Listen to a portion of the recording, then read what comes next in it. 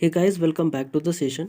आज हम बात करने वाले हैं UPSC CAPF assistant commandant 2024 exam के अंदर फरवरी मंथ के हमारे कौन से ऐसे इंपॉर्टेंट एडिटोरियल हैं जो कि हमें प्रिपेयर करने चाहिए, जो कि एग्ज़ाम के अंदर पूछे जा सकते हैं, या फिर इन जनरल ये एडिटोरियल हमें पता होने चाहिए। क्योंकि जब भी हम आंसर राइटिंग करते हैं तो ऐसे जब भी कोई भी क्वेश्चन पूछे जाते हैं, चाहे वो इन्वायरमेंट से रिलेटेड हो गया या वो किसी भी चीज़ से रिलेटेड हो गया, तो इनके जो रेफरेंस है ना, ये हम ले सकते हैं और इनसे एक अच्छा कंटेंट तैयार करके हम अपने ऐसे को, रिपोर्ट को या फिर आर्गुमेंट को लिख सकते हैं। तो for the CAPF paper 2 this video is very important, so please don't skip the video and please watch the video till the end.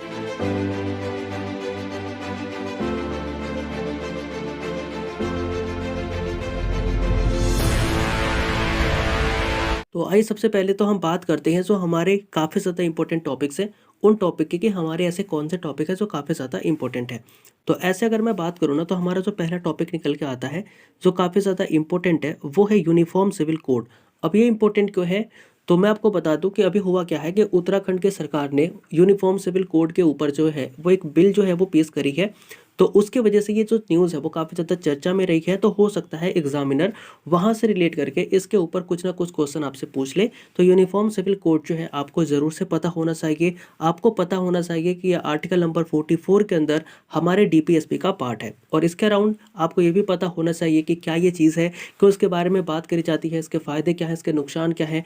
तो सारी ही चीज़ें आपको यूनिफॉर्म सिविल कोड के बारे में पता होनी चाहिए। तो ये वीडियो इंपॉर्टेंट है ऐसे ही ऐसे टॉपिक के लिए जो कि हमारे इंपॉर्टेंट हो सकते हैं एग्जाम पॉइंट ऑफ व्यू से। दूसरा हमारा टॉपिक होता है जो कि है फार्मर्स डिमांड। अभी आपने देखा होगा कि जो फार्मर्स की डिमांड है ना, वो दिन प्रतिदिन बढ़ती जा रही है। मैं केवल इसी इंसिडेंट की बात नहीं कर रहा जो अभी चल रहा है।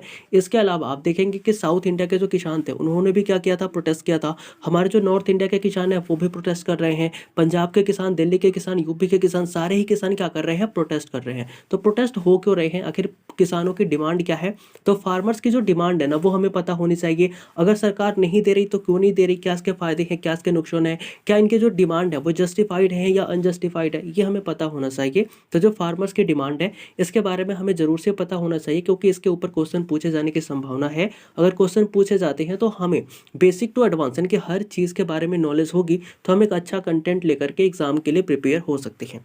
वहीं अगर मैं बात करूँ तीसरे वेरी वेरी इंपॉर्टेंट टॉपिक की, तो वो हमारा होता है वुमेन रिप्रेजेंटेशन इन पॉलिटिक्स। अभी आप देख रहे होंगे कि जो पॉलिटिक्स है ना, ये काफ़ी ज़्यादा तेज़ी से चल रही है इंडिया के अंदर। क्यों? क्योंकि अभी लोकसभा के चुनाव होने हैं। तो जब लोकसभा के चुनाव होते हैं तो उसके अंदर अभी आपने देखा था कि सरकार जो है ना, वो वुमेन की रिप्रेजेंटेशन की बात करी थी। और सरकार ने ना वुमेन की रिप्रेजेंटेशन को लेकर के एक बिल लाया था। तो कहीं ना कहीं जो वुमेन की रिप्रेजेंटेशन है ना पॉलिटिक्स के अंदर, ये कैसी है, इसे कैसे बढ़ाया जा सकता है, इसके क्या फ़ायदे हो सकते हैं, क्या नुकसान हो सकते हैं, सरकार की कितने स्कीम आए हैं, सरकार ने अभी तक क्या क्या कदम उठाए हैं, ये सारी चीज़ें हमें पता होनी चाहिए। तो इस पॉइंट ऑफ व्यू से आप इस टॉपिक को भी इंपॉर्टेंट मार्क करके इसे भी हम पढ़ सकते हैं। वैसे अगर मैं बात करूं तो स्टूडेंट का स्ट्रेस, आपने देखा होगा कि अभी कोटा के अंदर या फिर अलग अलग शहरों के अंदर से आपने देखा होगा कि जो लोग हैं ना, जो स्टूडेंट है, वो स्ट्रेस की वजह से क्या करते जा रहे हैं, अपनी जो लाइफ है वो खत्म करते जा रहे हैं, वो सुसाइड करते जा रहे हैं। यानी कि जो स्टूडेंट का स्ट्रेस है, इसे कैसे कम किया जा सकता है, ये क्यों हो रहा है, इसके रीज़न क्या है, इसे कैसे बेटर तरीके से हम टैकल कर सकते हैं, तो ये भी हमें पता होना चाहिए। तो ये भी एक इंपॉर्टेंट टॉपिक है। इसके ऊपर भी हो सकता है आपसे आर्गुमेंट राइटिंग पूछ लीजा, सॉरी आर्गुमेंट राइटिंग तो नहीं पूछेगा, ऐसे राइटिंग या फिर रिपोर्ट राइटिंग जो है वो पूछी जा सकती है कि स्टूडेंट का स्ट्रेस जो है वो किस तरीके से आपको जस्टिफाई लगता है। ये भी आप जरूर से पढ़ लेंगे। इसके ऊपर भी जो कंटेंट है वो भी आप तैयार जरूर से कर लेंगे। इसके अलावा अगर मैं बात करूं इंपॉर्टेंट टॉपिक्स की, तो इंपॉर्टेंट टॉपिक्स कौन से होते हैं जो कि हमें पढ़ने चाहिए, तो इसके अंदर आता है नेचुरल डिजास्टर। अभी आप देखे होंगे कि मैंने भी इसके ऊपर एक वीडियो करी है, अगर आपने नहीं देखा तो वो वीडियो भी आप जाकर के देख सकते हैं। लेकिन नेचुरल डिजास्टर जो टॉपिक है ना, ये इंपॉर्टेंट है। क्यों है? क्योंकि आपने देखा होगा कि हिमालयन रीजन के अंदर ना जो हमारा इकोसिस्टम है वो काफ़ी ज़्यादा बिगड़ चुका है। आपने अगर देखा हो जोशीमठ क्राइसिस को, तो वो भी हो रहा है। और इसके साथ साथ जो हमारा हिमालयन इकोसिस्टम है ना, उनके अंदर जो स्पीसीज रहती हैं वो इंडेंजर्ड कैटेगरी में आ गई हैं। तो कहीं ना कहीं जो मानव है ना, यानी कि जो ह्यूमन है, उसने क्या किया है, नेचर को ख़त्म करने की कोशिश करी है। और जब नेचर खत्म होगा तो मानव का अस्तित्व भी खत्म हो जाएगा। तो कहीं ना कहीं हमारा रिलेशन कैसा है इकोसिस्टम के साथ, हम कैसे सर्वाइव करते हैं, हमारा इन्वायरमेंट कैसा है, ये हमें पता होना चाहिए। तो नेचुरल डिजास्टर्स के ऊपर एक क्वेश्चन आपसे पूछा जा सकता है, एक्सपेक्टेड है इस बार ये क्वेश्चन देखने को मिल सकता है एग्जाम के अंदर। तो नेचुरल डिजास्टर जो टॉपिक है ये जरूर से प्रिपेयर कर लें। इसके ऊपर जो भी कंटेंट आपको पता हो कि गवर्नमेंट ने क्या स्कीम लाई है, गवर्नमेंट ने क्या अभी तक करा है, हम कैसे इसे टैकल कर सकते हैं, क्या नेचुरल डिजास्टर होते हैं, ये सारी चीज़ें हमें पता होनी चाहिए। इसके अलावा अगर मैं बात करूँ तो मेल न्यूट्रिशन। अब देखो मेल न्यूट्रिशन जो है ना ये काफ़ी ज़्यादा इंपॉर्टेंट टॉपिक है। अगर मैं बात करूँ एसएसबी के पॉइंट ऑफ व्यू से या फिर हमारे पेपर 2 पॉइंट ऑफ व्यू से, एसएसबी के अंदर भी ना इसके ऊपर लेक्चरेट के अंदर टॉपिक दे दिया जाता है कि मेल न्यूट्रिशन के ऊपर कुछ बोलना होता है। तो मेल न्यूट्रिशन जो टॉपिक है ना ये इंपॉर्टेंट है। अभी आपने देखा होगा कि यूपी की जो सरकार है ना उसने मेल न्यूट्रिशन को खत्म करने के लिए एक योजना भी लेकर के आई थी। तो हो सकता है ओवरऑल इससे क्वेश्चन पूछ लिया जाए कि मेल न्यूट्रिशन के ऊपर आप अपने विचार रखिए जो भी हो। तो ऐसे रिलेटेड क्वेश्चन एक क्या होगा कि ऐसे के अंदर आपको देखने को मिल जाएगा जो कि मेल न्यूट्रिशन से संबंधित होगा। अब जाहिर सी बात है, मान लो ये क्वेश्चन अगर डायरेक्टली नहीं भी पूछे जाते पर इसके बारे में अगर हमें नॉलेज है तो कोई ऐसा टॉपिक जिसके अंदर खाद्यान्न की बात करी गई हो तो वहां पर हम इस चीज को क्या कर सकते हैं, इनकलकेट कर सकते हैं और अपने ऐसे को और भी ज्यादा इंगेजिंग कर सकते हैं। कहीं ना कहीं ये जो टॉपिक है ये इंपॉर्टेंट है और हमें इनकी प्रिपरेशन जो है वो करनी चाहिए। इसके अलावा अगर मैं बात करूं तो जेंडर इक्वालिटी, अभी आपने देखा होगा कि भारत के अंदर जो जेंडर इक्वालिटी की बात है ना वो काफ़ी तेज़ी से करी जा रही है। आपको मैं बता दूं जैसे हमने पढ़ा था ना कि वुमेन इन स्टीम, यानी कि स्टीम जो हमारा साइंस हो गया, टेक्नोलॉजी हो गया, इंजीनियरिंग हो गई, मैथमेटिक्स हो गई, इन सभी क्षेत्रों के अंदर जो वुमेन की रिप्रेजेंटेशन है वो कम होती जा रही है या फिर उनका रिप्रेजेंटेशन अदर कंट्री की तुलना में भारत में देखा जाए तो कम है। ऐसा क्यों है? क्योंकि वुमेन को हम मैन के इक्वल ट्रीट नहीं करते, काफ़ी सारे डिफरेंसेस हम क्रिएट कर देते हैं। तो कहीं ना कहीं हम जेंडर के बीच में इक्वलिटी लेकर के आए, हम जेंडर को एज अ जेंडर देखें, ठीक है, उनकी इफिशियंसी के ऊपर हम जेंडर को लेकर के जज ना करें। तो इस चीज़ को हम क्या कर सकते हैं, बढ़ावा दे सकते हैं। इसके ऊपर सरकार ने एक स्कीम लेकर आई है। तो कहीं ना कहीं जेंडर इक्वलिटी हमारे लिए इंपॉर्टेंट है। इसके ऊपर आपको कंटेंट जो है वो प्रिपेयर कर लेना चाहिए क्योंकि हो सकता है कि इसके ऊपर या इससे रिलेटेड कोई ना कोई क्वेश्चन आपको एग्जाम में देखने को मिल सकता है। अगर नहीं भी मिलता तो फॉर द जनरल अवेयरनेस, हमें जनरल अवेयरनेस पढ़ना है, हमें चीज़ों के बारे में अवेयर रहना है एज एन ऑफिसर, ये हमारा कर्तव्य भी होता है। तो हम क्या करेंगे, हम इन चीज़ों को पढ़ेंगे ताकि हमारे पास एक अच्छे आइडियाज़ रहें कि जब भी इसके ऊपर कोई सा भी आइडियाज़ कहीं पर भी पूछ लिया जाए तो हम दे पाए, हमारे पास कंटेंट हो हम दे पाए।